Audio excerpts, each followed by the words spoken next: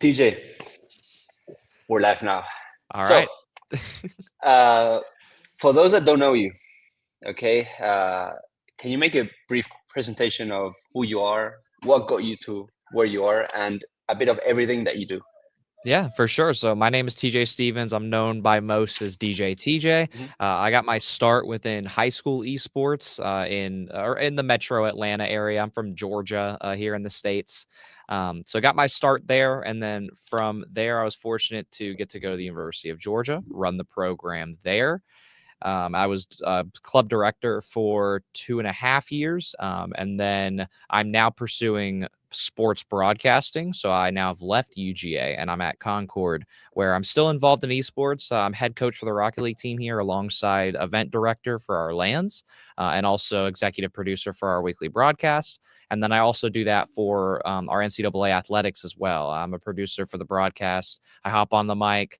And obviously, that's where most people know me is for my talent there and how many events I get to work a year through being on the mic. So that's another big thing in esports that I do is I run events, constantly working within middle school, high school, and pro, which is now where I get to the culmination of what we're talking about today. I'm with the Kansas City Pioneers. I'm a collegiate ambassador for them, and I'm currently trying to do everything that I can to set up and, like the talk is named, help map that pathway between scholastic, college esports, and then up to the pro scene. So that's my brief snapshot of what I did and now what I do.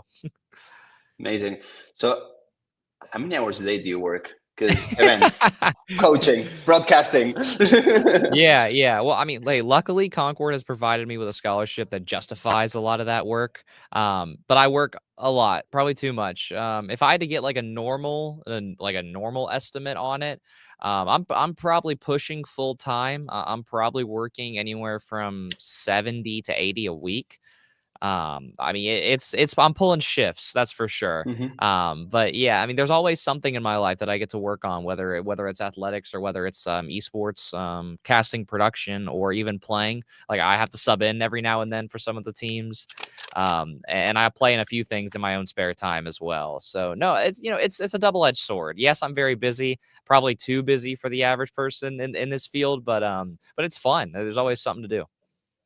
Yeah, amazing. And what would you say is like your objective for next year with the Kansas City Pioneers? So I have a general Yeah. view on that. So the dream is to create opportunities to where some of the best in college esports, which luckily I'm able to call myself the best of the best since I'm with KCP. Um, we're trying to make sure that the best students are able to get in some form of internship roles or part-time roles or full-time roles within professional esports as they are making their advances and their strides within college esports. Like college esports does a really good job of offering up opportunities for students to not only be students and make mistakes, but also for students to make a name for themselves purely off of this field, which is what I've gotten to do over the last few years, which is why I'm here now at Concord. So that's what we just try to take that pipeline that's already there, which is the college esports ecosystem and how well students can grow, and simply just extend it into our org, or at least try and create culture where maybe people can extend into Phase, extend into Cloud9, Optic, etc.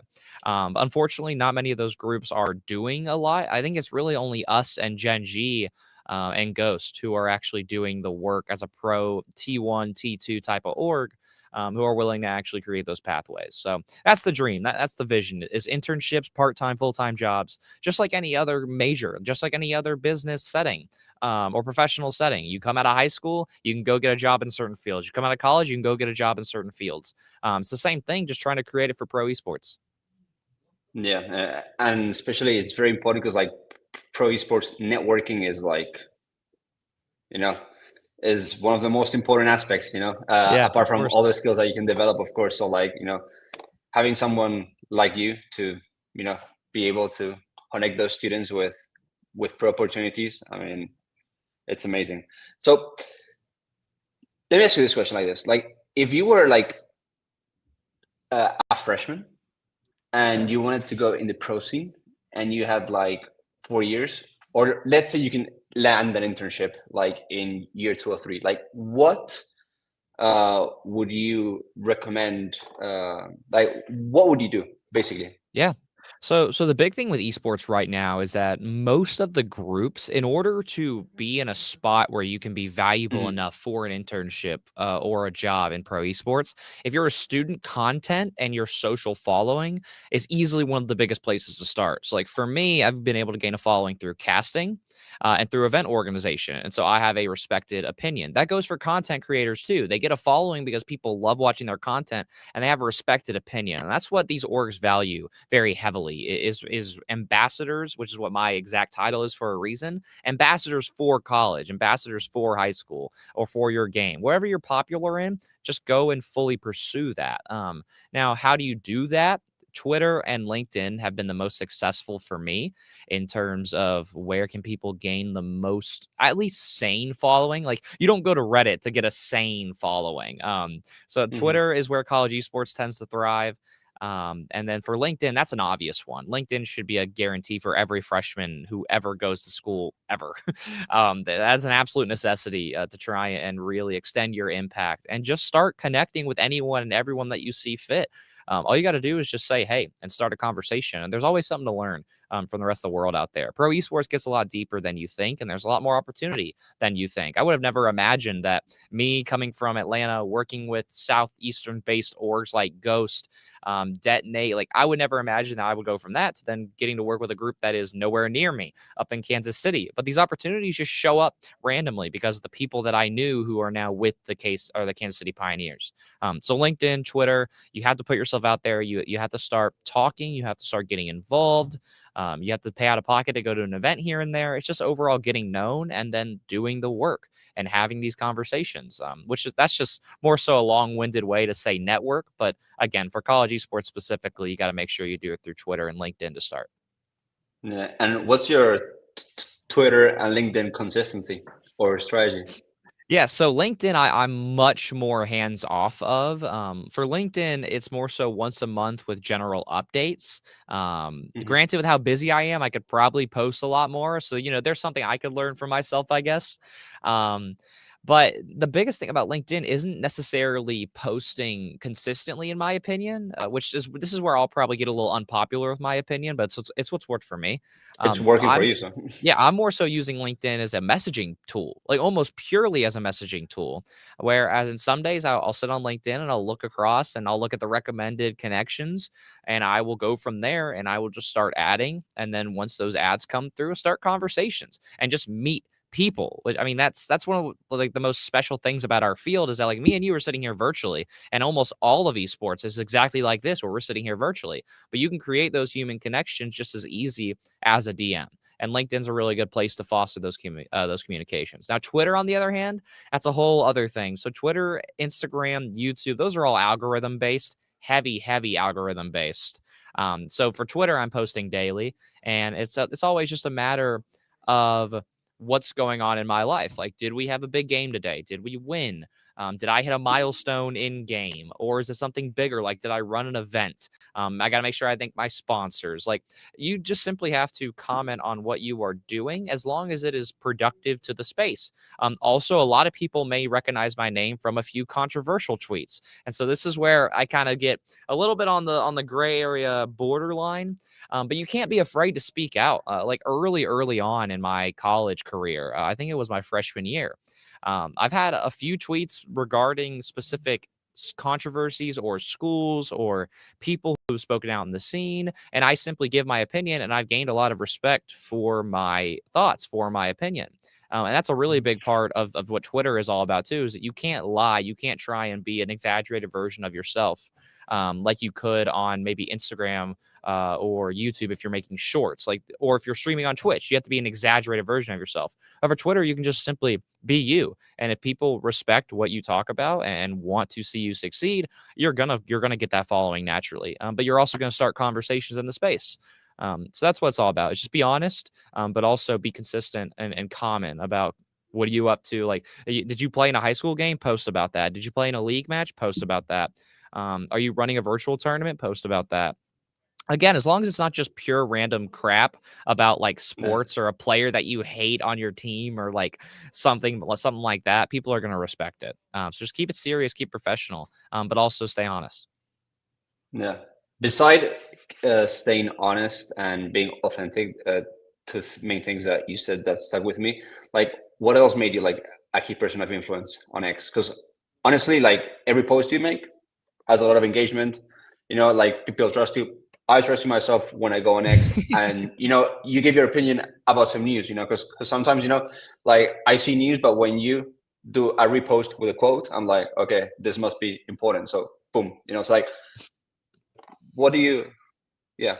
Yeah. Well, first off, I appreciate it. I'll take it. No, but Yeah. my big thing where I got my main following and support from is I'm a very strong advocate of that collegiate esports is and should be almost entirely student ran. Like even within varsity programs, people should be setting up their students to succeed and to run events, to run productions, to run social media, to design graphics. And so I play into that narrative very heavily because I'm a very strong believer in it. And that's where a lot of my respect and following originated from was the student voice. And that's what I think a lot of us like we're all in college, like we go to class and then what?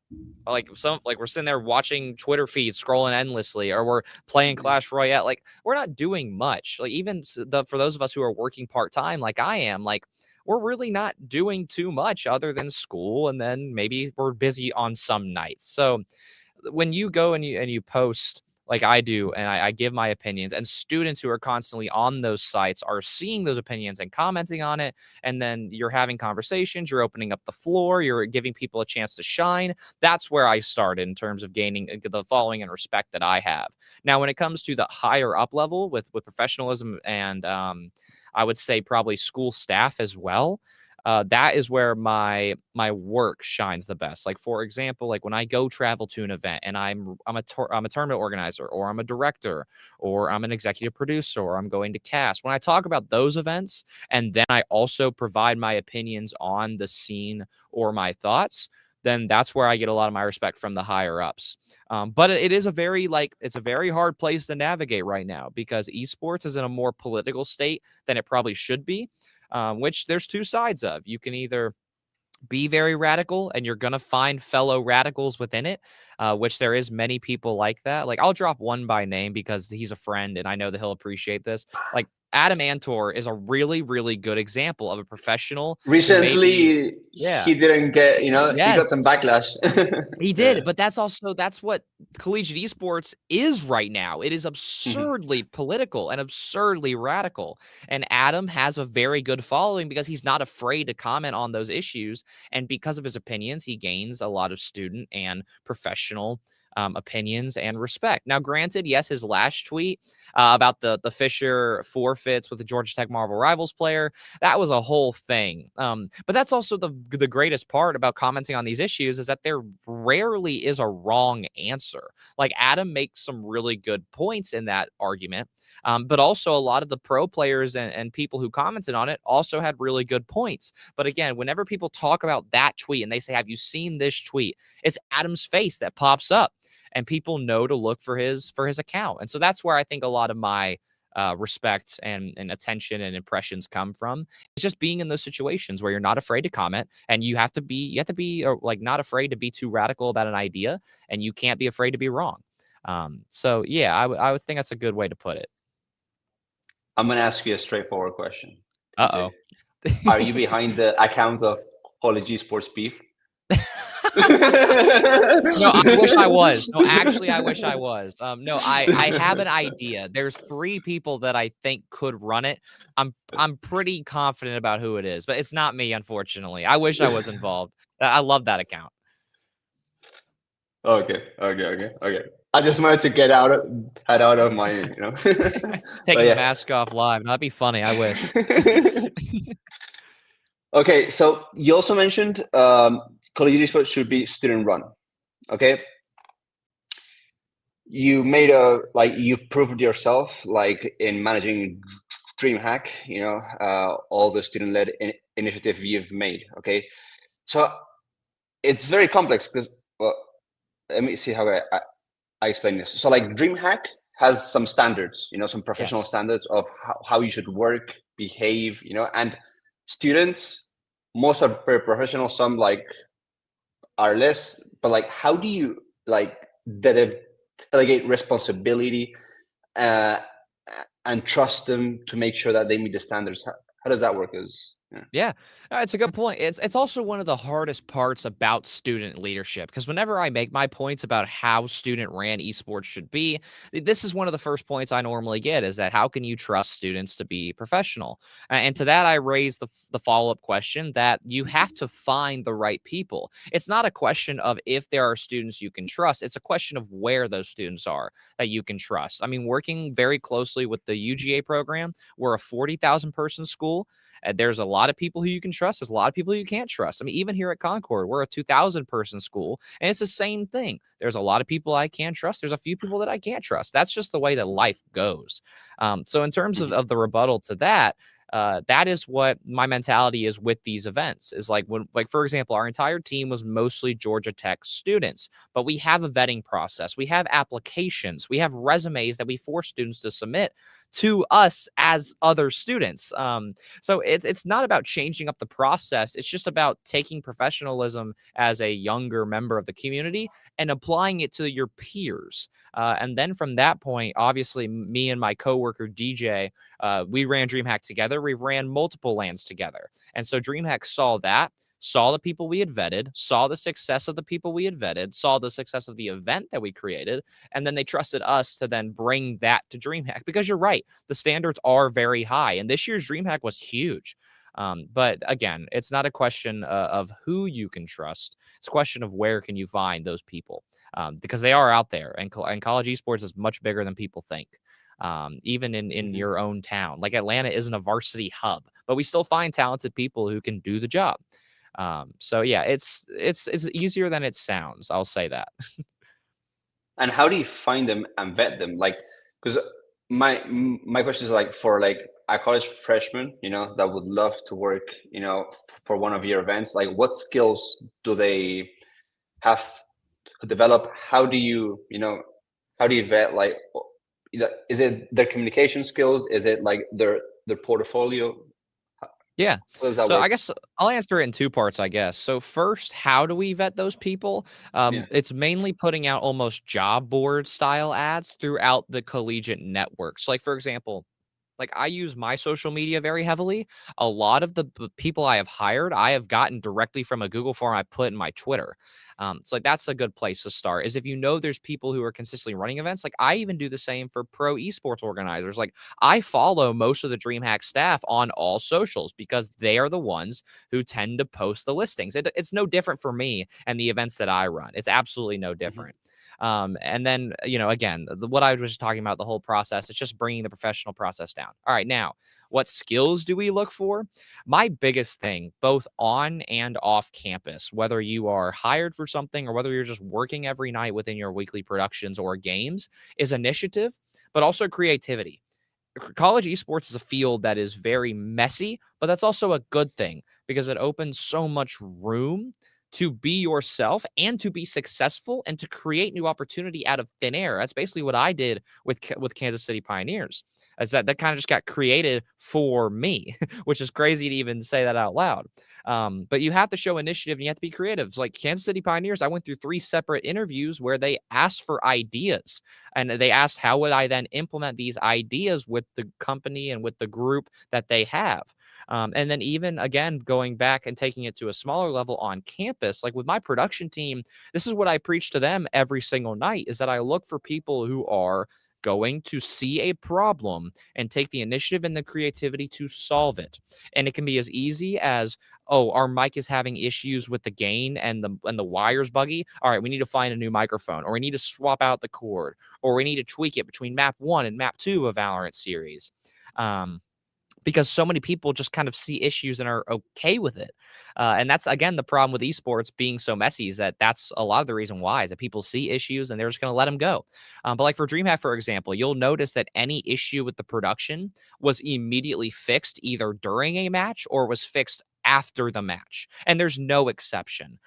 So not only do you need initiative and creativity, but you have to hold yourself to a high standard. And that's what I look for, because those are all very trustworthy statistics, but also very important in terms of when I sit down with my team and I talk about ideas, I want people to get angry. I want people to be motivated very heavily by whatever means necessary to find success out of any situation.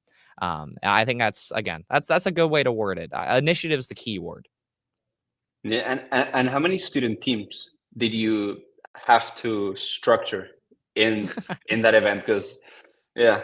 Yeah, so DreamHack was built up of a mix. Well, in person, we had our full production team and our tournament Mhm. organizers. So everybody who was talking with players or was involved in Twitch and the broadcasting process, everybody was in person, and then divided up into technical directors, into specialists, like with our computers, like basically like tech advisors, like IT workers, pretty much. And then virtually, we brought in even more students to help with the in-game work, like observing. Our casters were in person, our observers were not. And that dynamic really doesn't really matter, because as long as they show up and they work and they know their role, then we're cool with it. So as crazy as that event looked, it was really only about 3 to 4 teams, with 3 of them being in person, where we got to divide it up, and then just simply me and DJ kind of just overlooked it, and made sure everything stayed on track. If I had this in college, when I was in college, I would have, graduated like way more with a way bigger portfolio. So I mean, it's amazing what you're doing. I mean, I appreciate it. and what would you say like is something the first thing that pops in your mind of like one thing students like really learn in the student-led events that you've run that they don't learn in class, that it Yeah, can only be learned in person yeah. working. So the 2 words would be improvisation, yes, and composure. Those are easily the 2 biggest. Like, every single night, like, for example, like, the last 3 nights, we've had a broadcast issue just sputter up out of nowhere. Like, we're in the middle of a Marvel Rivals series, and our mic just dies. But immediately within 30 seconds, we swap a mic out. And it's something that's so easy, but it's also so easy to mess up as well, because if you're not Yeah. experienced in this field, or you're not ready for this field, then you're not going to have that composure, or the know-it-all to really show up. And again, it's esports. Things will go wrong. Like, absolutely, things are messy and they will go wrong. So if you're not ready for those issues, if you're not planning for the worst going into these events, your event will never succeed, because a PC is going to die, a monitor is going to die. I think at the end of DreamHack Atlanta, I believe we Mhm. had, I think, 5 PC swaps, and I think another 5 monitor swaps in the span of 2 days of play. And also Valorant got behind like an hour and a half because of it. And we had to shift the Rocket League schedule. But again, those are all things that I'm experienced with because I've done it before. But if you're a brand new director of an event and you have to look a team in the face and say, hey, by the way, you're not playing for another 2 hours, or actually, hey, you're not playing till tomorrow. Like, I've had times where I've had to reschedule teams over a complete other night. And those are not fun conversations to have. So you have to have that composure. And then from there, you just trust your skills. Like, I trust in myself to make the right decisions. And if it's a wrong decision, then I learn from it and go from there. But as long as I'm composed and I keep a level head, that's what it's all about. Mhm. For it's so I'm a freshman sophomore. I've worked in a couple of your student run events, like, and I want to work in the pro scene. Like, what am I missing to be able to be ready to work in the pro scene? Is it my portfolio? Is it mine's? What is it? What is a mix? What is the perfect formula for you to be like, look, this student is worth it? Like. Yeah. Yeah, no, it's again, a really good point. I would start by saying, yes, a portfolio, a very consistent portfolio is key, but you also have to show that as a student, you have already done something that other students haven't done. Like, you have to stand out.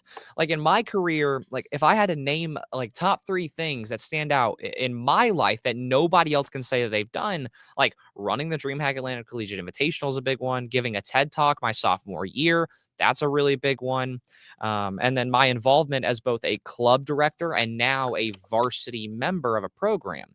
And those are just three small, easy things, other than I guess the TED Talk, that just stand out and show that's what TJ is all about. So it's about looking yourself in the mirror and your work and trying to find a way to explain it that shows that you are one of one, to show that you are irreplaceable. And that's what Kansas City saw in me. That's what Ghost saw in me, is that I was a representative, but also that I was an irreplaceable member of this community and of every team that I'm in. Because the way that I can talk about my events and say, this is what I do, and I'm always put in these roles, or I'm always trusted with these responsibilities.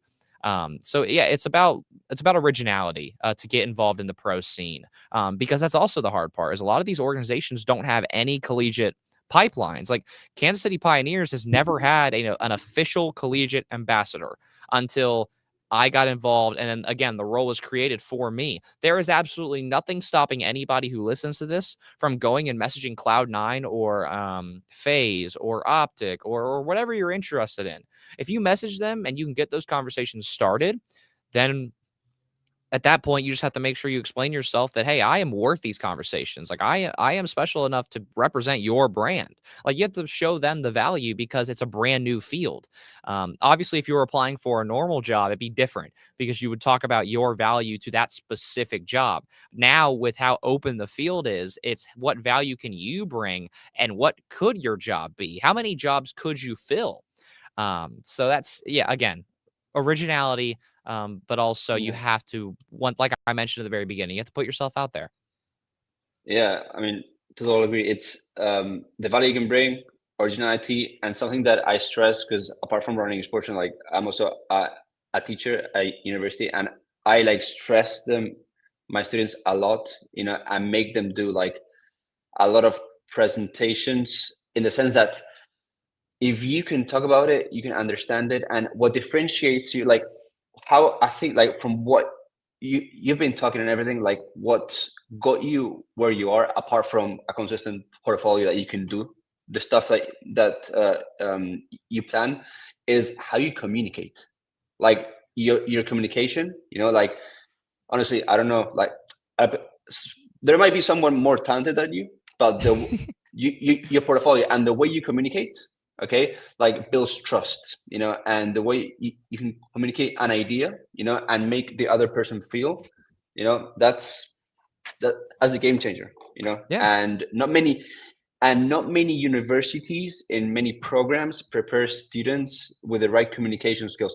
You can teach the theory, like a communication class, a theory, but like actually, implement it in practice. I think that's a game changer for students for when they graduate to land the job that they deserve. So Yeah, and it's yeah, yeah. leadership skills as well. Like if you can communicate well, like again, I'm another student talking to a team of students just like me, and so I'm in a really tough spot where if I say the wrong Mhm, thing, I am now not only losing respect as a leader, but I'm losing potentially friends, or I'm losing efficiency in my team's workflow because I'm in a very soft spot as another student leading other students. So no, I'm right there with you.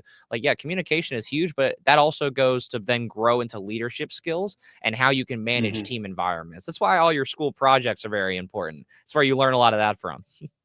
Yeah, yeah, that's for sure. And out of curiosity, how did you land that TED talk on your sophomore year? Yeah, so that's actually a really funny story. So UGA and TED have a collaboration every single year, where you apply in the fall, you talk in the spring. It's a wonderful event, and many campuses across the nation and even across the world offer TED. They're called TEDx talks, not just TED talks, because they're TED in collaboration with another group. So you have to look for the closest organization to you where that's even an option. And then from there, it's an application process. At UGA specifically, you write a brief idea, like a paragraph of what you want to talk about. And then you get invited to round one of interviews where you go in further detail, round two of interviews where you talk about yourself and how it applies to the idea. You then flesh out the idea a little more. And then the final round is basically you almost writing your full TED talk and going through the motions with the team. And then if they like your idea, then it's a matter of taking that and reforming it for months and months and months, and then obviously practicing it. And then you just have to, have the, I don't know a better word for it. You have to have the you know what to get up on stage at that point and just do your job. So no, it's about finding a TEDx talk or near you and then just applying and then going from there. So if you had to summarize what we've been talking for the past half hour, in order for a college student, to go into the pro scene, what would it be? Is it building a community while you build your portfolio? Any experience thought you have, communicating in a professional manner to start? Like, what would you would say the pipeline from collegiate to pro? Yeah.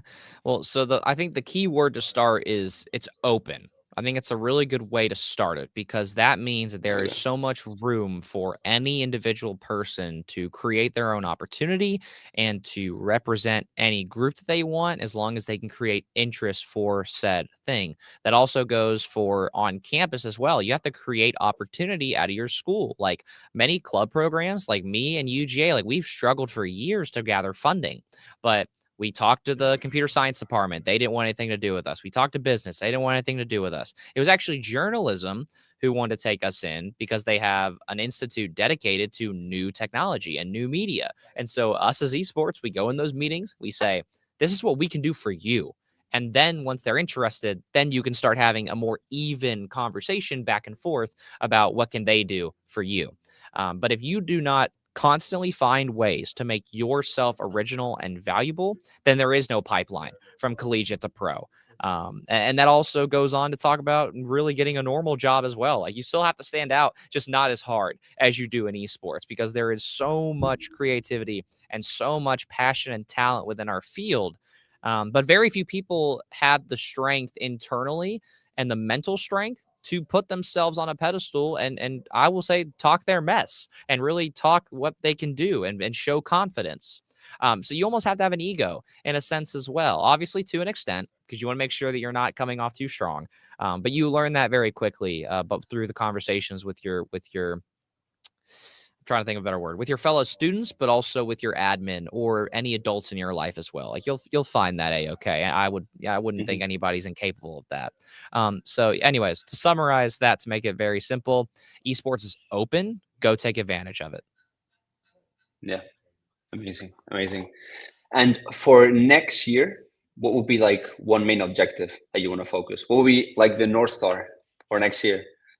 I think the dream would be to have Kansas City Pioneers. Like I would love to have multiple people who are ambassadors or interns who are active students. That's the big key word is that active students should run college esports, not just students, active undergrad or graduate students who are on campus, who are doing the work, and then showing up and still making time to make things happen. So the dream would be easily to see students get more opportunities to join pro teams, Hmm. not just here with Kansas City, but also with groups all across the nation and across the world. Like Gen G is starting to accept students. Once those big, large, like massive orgs start this, it's gonna take off like wildfire. And luckily, like again, it's so open. You can go and you can create a college position at any given org. You can get into the right places and just say the right words and follow the right objectives. So yeah, I think that probably summarizes it. I think that's the dream. It's just more college students in orgs. Amazing. Well, students, add a value, differentiate yourself, and then connect with TJ. Yeah, let's do it. Is there is there anything that we haven't talked about that you would like to mention? I know. I mean, the only thing is, don't be afraid to fail. Don't be afraid to ask questions. Like I was fortunate to have multiple mentors at my high school program. I had a head coach, and I also had a county-wide kind of manager who was experienced within business and the semi-pro side of esports as it was still growing before COVID, like for the 10 years before COVID. So yeah, that's the other thing is that you can be confident, but that's never going to happen if you're afraid to mess up. You have to be Yeah. willing that there's going to be opportunities that you missed out on. Like my greatest example as of most recent is like, for example, like I had a lot of really good offers and I chose to be here at Concord. And that's a scary thought is that I left UGA, a huge school, my dream school as a high schooler, and I left that to go pursue something else.